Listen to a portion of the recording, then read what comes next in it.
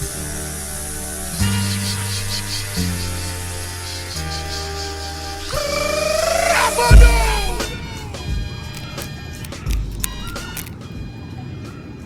everyone, my name is Peter Mrevi, a Swahili teacher at St. Austin's Academy.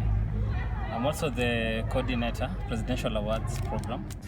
In the Presidential Awards Program, we teach young kids to develop skills, volunteer to the community, and also do anything that will nurture them.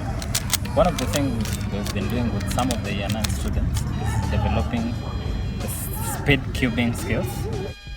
Hey guys, so my name is Kenan. I started learning the Rubik's Cube lingo about like 2 months ago, and yeah, it's just been like. Your time is up, my time is now. You can't see me, my time is now.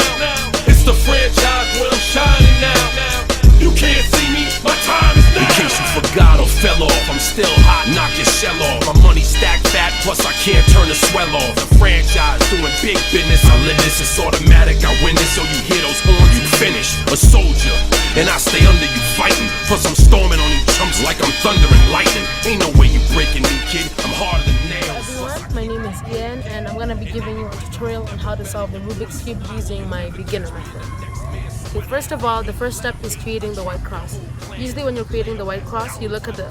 Okay, you can make the cross on any color, but I usually start with white. So first, I match up the pieces with the correct center. I match the edge piece with the correct center piece.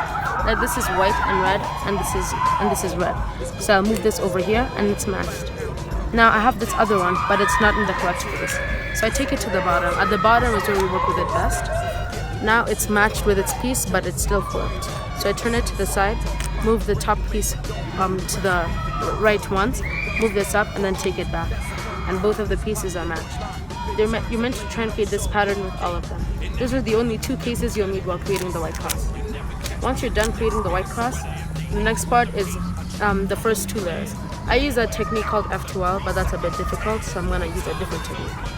So for my first technique, I solve the white side properly. First of all, before you start this technique, you have to make sure all of the edge pieces are matched with the center pieces, like this. Okay, now that we're done with that, we need to match these pieces and put them in the correct area. This is white, blue, and orange, so we have to move it to its correct place. This is blue and orange, and it needs to come here. So I'll move it over here and put it above here. To insert it, I use a process called insertion, in which I move the Rubik's Cube in this way until it enters in. This technique goes up, to the left, down, to the right. Up, left, down, right. So that's how it works. I'll do this with all of the pieces until all of them get in.